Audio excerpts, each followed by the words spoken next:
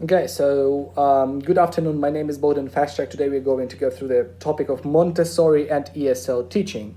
Many people could say that, look, I'm an ESL teacher, I have the certificate, I know how to teach with the communication method, so why should I have usual pedagogical education? Why should I go for this additional university courses? Why should I learn the history of education if it actually doesn't correspond with the modern education practices? Why should I learn the development of kid? Why should I learn the kids' behavior? Why should I study some of the new methods of the alternative education methodology like Montessori education? I'm going to show you in this video why, actually. So I might sound a bit boring, but without all these things, you have a chance not to succeed, because teaching will be for you very boring if all 40 years of your educational practice you will be, teaching the same time, teaching the same, giving the same material and not trying to a bit find your other way and trying to something different. It will be super boring. So that's why from that point it's also interesting. So of course Maria Montessori showed awesome and incredible results with her breakthrough methodology. At the age that she lived in, we know that kids who had much less material opportunities and also mental opportunities, unfortunately, they showed much better results compared with the usual kids, or let's say the kids without these difficulties in learning and basically in living. That's how she became very popular. So what are the main points of her educational psychology and her educational methodology, right? So let's list them one by one first. So first of all is that the physical movement is very important for cognition. Then that big attention is given to the freedom of choice of young learners. Then that learning should evoke sincere interest in the learner. Then the prize and punishment are actually not the best rewards. That peer learning is very important, and people of different ages can help each other during the learning process to be better. Then that the context is very important, and finally that the organization is very, very, very crucial from the party of the teachers and generally the educational organization that we might call a school. So after hearing those, can we say that everything goes strictly against good ESL teaching? Actually, no. So let's go step by step, understand what's wrong, what's good, and etc., etc. So what is the difference, let's say? First of all, movement, right? It just doesn't touch a lot with ESL teaching, because we might say that, look, it's about ESL, but only about young learners that are at schools, and yes, for them, they need to move, so at least some games are always included. But does it really kill the whole story if we are using that with adults? Actually, no. You know that 45 minutes a student, let's say an adult, can sit without any distraction and everything may be good. But what about the long courses? I hope that you taught some wonderful time, like 2 hours or 3 hours, one course for one group. We may call it intensive course or whatever it's called. In every school is different. Also, it depends on the country, right? So you may understand that sitting just 2 hours without moving can be a bit problematic for their cognition, and I think that you noticed it. That's why using the movements just to make a warm-up and just to mix the people a bit in order for them to touch each other and build maybe better communication between each other, it actually pays right? Pays off. So really recommended. Yes, it a bit contradicts usual adult ESL teaching, but nevertheless you can use it. So we can learn from Montessori school a bit.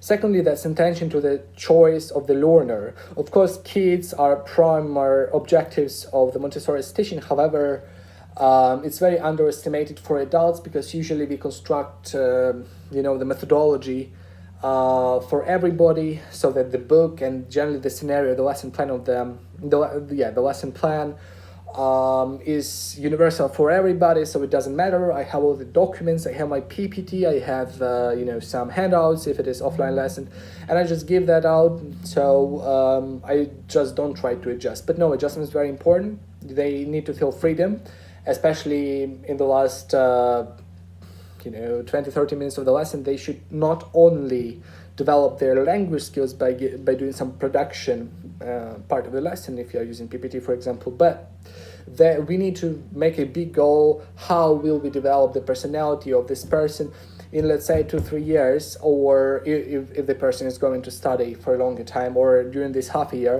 because we can change the person during this half a year. We can give him hope, or her hope, right? We can give him or her some instruments to develop and to succeed later in their life, so they may come back to you and ask for one more advice, and you will give that piece of advice maybe later. So why not to develop not only the language skills of the learner, but also, let's say, why not to develop the personality itself? So that is about Montessori. So freedom of choice. You might think about some scenario lessons. It means if you see that the kids needs more speaking, you give more speaking, you always have materials for that. If the adults need more writing, you always have a choice for them. You can choose from this writing or from that writing. They always need to feel, a free person, so that not everything will be like prison and a Prussian military system, right? The next, it's about evoking a sincere interest in the eyes of the student. Of course, that's more about psychology, and really to evoke that, you need to know psychology and to feel people. If you're not feeling people, you will not teach anyone, actually, unfortunately. And if you might do it maybe in the university when there is a lecture, but during ESL lessons it's quite impossible in my opinion. But if you feel them, you can teach actually everything, if you know the subject more or less normally. For example, sometimes you need actually to work with the motivation, and it goes really deep. I had a student, her name was Adeline, so I changed it, but it doesn't matter, who said that she doesn't have time, money, and basically any opportunity to make an effort to learn English well. And when we started, to work a bit with that, I tried to comfort her. I tried to make a very good environment, a warm environment, for learning.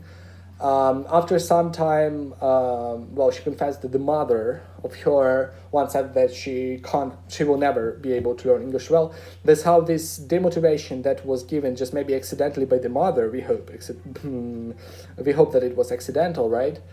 It actually influenced the whole story in the following year. So first we needed to kill that assumption that she can't do it, and after that only we could go. And actually we went. It was a bit hard, but I think that working with that inner motivation is very important. Then the next thing is prize and punishment.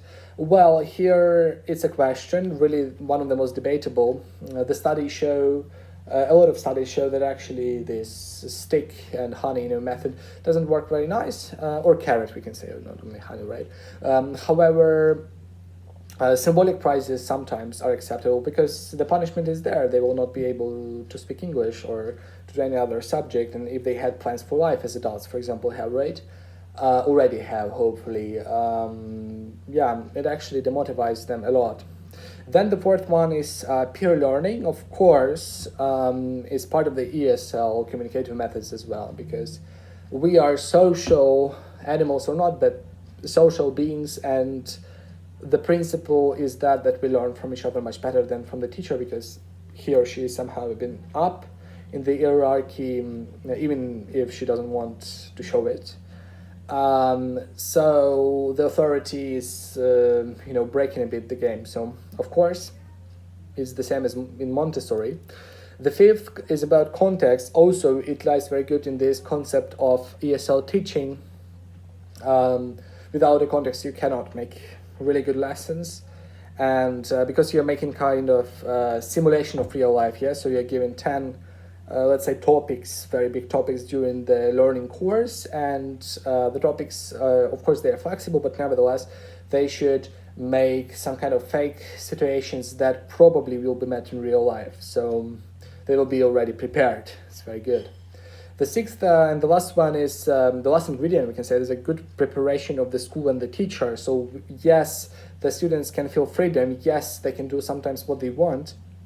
Yes, this freedom is important, but nevertheless it is a planned freedom.